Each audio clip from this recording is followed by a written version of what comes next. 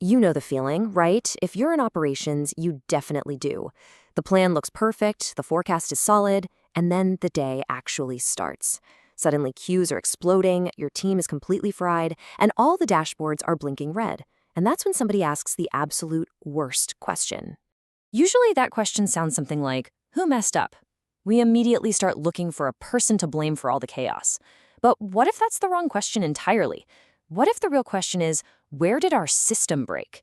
Because here's the thing, the success or failure of today wasn't decided today. And that is the key idea for this whole explainer. Performance isn't something that just happens. It's an output of the design.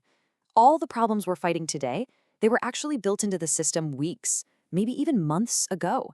So it's not about reacting to red dashboards. It's about designing a bridge that can actually hold the weight of reality in the first place. And getting there starts with a huge shift in how we think. We have to stop looking for culprits and start looking for cracks in the blueprint. Honestly, this is the single most important change you can make. It's the difference between being a firefighter, constantly running around putting out fires, and being an engineer who designs a structure that prevents those fires from ever even starting. All right, so to design this bridge, we first have to understand the forces that are pushing down on it. And the biggest, most powerful force? That's demand. Demand doesn't care about your budget. It doesn't care about your org chart. It's just like gravity. It just pulls, and you can't ignore it. Let's make this super real. Imagine you're forecasting 10,000 calls, and on average, each one of those calls takes 5.67 minutes to handle. Well, you do the math, and that creates 944 hours of raw workload. This is what we call pure time gravity. It's the absolute, non-negotiable minimum weight our bridge has to carry. But businesses don't just sell eventual answers. They sell accessibility. They promise speed. And that promise? It has a hidden cost. And it's measured in time.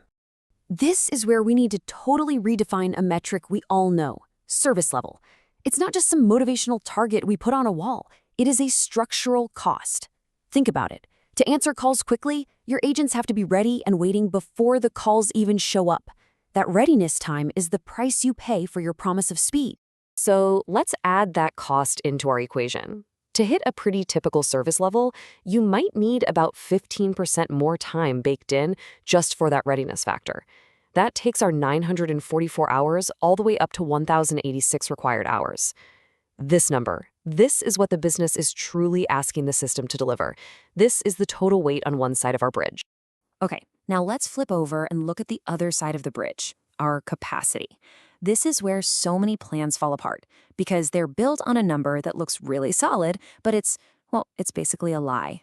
So let's say we have 160 agents. They're all working 8-hour shifts. That gives us 1,280 paid hours. At a glance, it looks like we have more than enough to cover the 1,086 hours we need. But we don't, not even close. See, paid time isn't real capacity, it's just potential energy. And that energy starts getting eaten away before we can even use it. First up, reality hits. People get sick, life happens. Let's say we have a realistic 10% absence rate. Boom, we lose 128 hours right off the top. Then you've got all the essential work that isn't customer-facing. Training, meetings, coaching. If that's another 20% of the time that's left, we lose even more.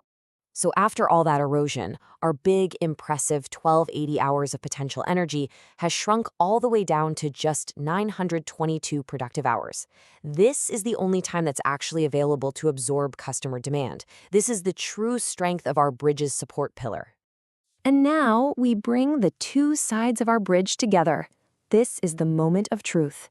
This is where the system itself starts screaming, telling us exactly what's wrong.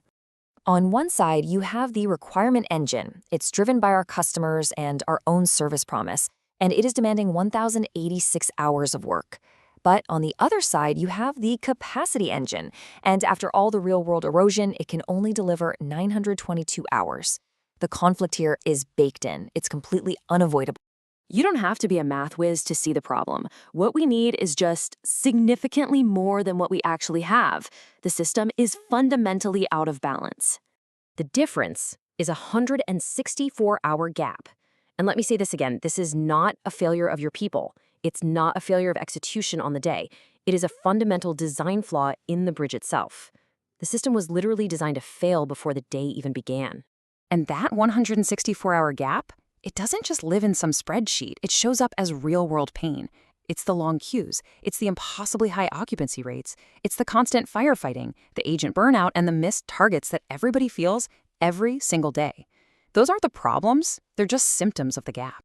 And we especially have to rethink how we see agent occupancy, that metric that shows how busy agents are.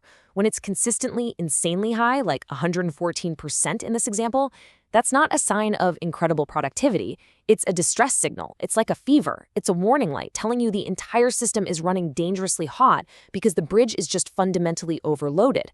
So once we see the gap, once we finally understand the physics of our own system, we can stop being firefighters and we can start being engineers. We can start making real structural decisions to fix the problem.